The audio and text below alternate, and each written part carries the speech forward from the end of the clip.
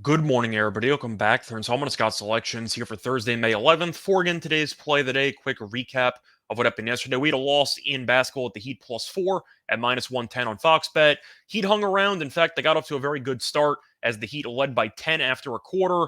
Looked like it was going to be a nice winner for us early because I figured the Knicks scoring 14 points in the first quarter. We knew they couldn't score. There are questions if they would roll over if things didn't go their way early.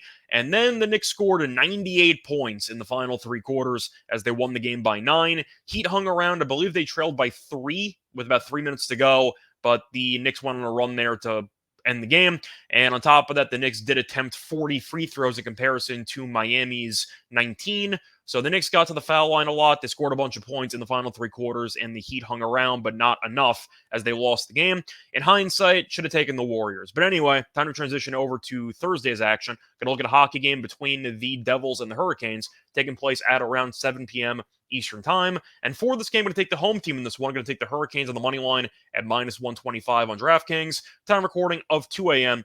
Eastern Time. Covering why we're going to take the Hurricanes in the spot. First reason, the Hurricanes are up 3-1 in the series, so of course they've looked like the better team, but they've been dominant so far, as each of those 3 wins have been by at least 4 goals. And a big issue for New Jersey, with the exception of the Game 3 explosion, they have been really bad offensively. The Devils have scored 1 goal in 3 of the first 4 games in the series, and a big issue for the Devils as well. They haven't exactly been able to keep the puck out of the net because the Devils have been alternating between Schmidt and Vanacek in the series, and neither of them have been good. Vanacek has an .824 save percentage, and Schmidt has an .833 save percentage in the series. So the point is, there's kind of a saying in football, if you have 2 quarterbacks, you really don't have any. That's kind of what the Devils have right now. They have 2 goalies that they can choose from, and neither one has been reliable lately. And I do think as a result, the Hurricanes should have a lot of scoring chances in this game. But Carolina has scored at least 4 goals in every game of this series. And with the Devils having issues putting the puck in the net and Carolina being one of the best defensive teams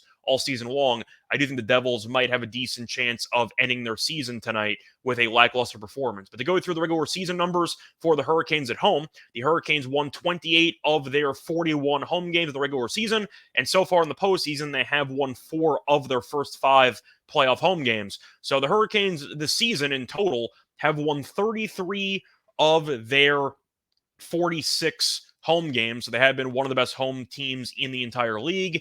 And the Devils are also a little bit injured. I know that they played the rest of the game, but I saw Meyer and Hughes both left the bench at various points in game 4. They returned, but I am wondering what the actual health status is of both players in terms of percentage.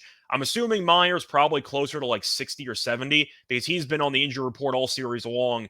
Hughes, it was never really disclosed why he ended up going to the locker room briefly in game 4, but he did come back and it seemed like he was moving a little bit gingerly throughout the third period of that game. So I am a bit concerned about some of the health regarding New Jersey's best goal scorers on the team. And to go through the actual trends here, New Jersey has been terrible traveling to Carolina.